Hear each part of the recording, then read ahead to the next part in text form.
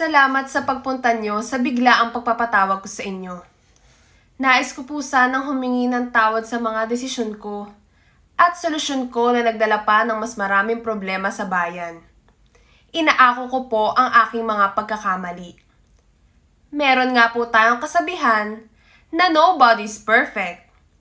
At dahil ako'y nobody noon, kaya siguro hindi ako perfect.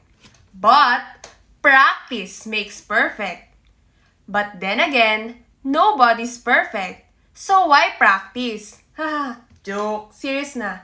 At binabawi ko po ang presidential decree na ginawa ko bilang sagot sa problema ng ating edukasyon. Bilang ina, alam ko po na talagang kung gaano kahalaga ang magpatapos ng ating mga anak. Magpapatayo ako ng maraming eskwelahan para hindi magmukhang evacuation center ang ating mga classroom. At para lalong gumanda ang kalidad ng ating edukasyon at hindi umalis ang ating mga magagaling na guro, ay tataasan ko ang sweldo nilang lahat. Simula ngayon, ay kapantay na ng mga teachers ang sweldo ng mga taga-call center. Dahil naniniwala ako sa kasabihang, ang taong nagigipit, sa Bombay kumakapit. Hayaan niyong bigyan ko kayo ng isang paalala.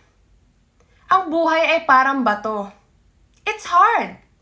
So kailangan nating lumaban. No guts, no glory. No ID, no entry. Woo!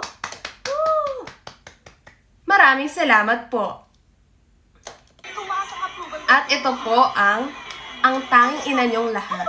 So nagawa ko na yung ibang scene nito. Hanapin niyo na lang sa playlist. And I thank you.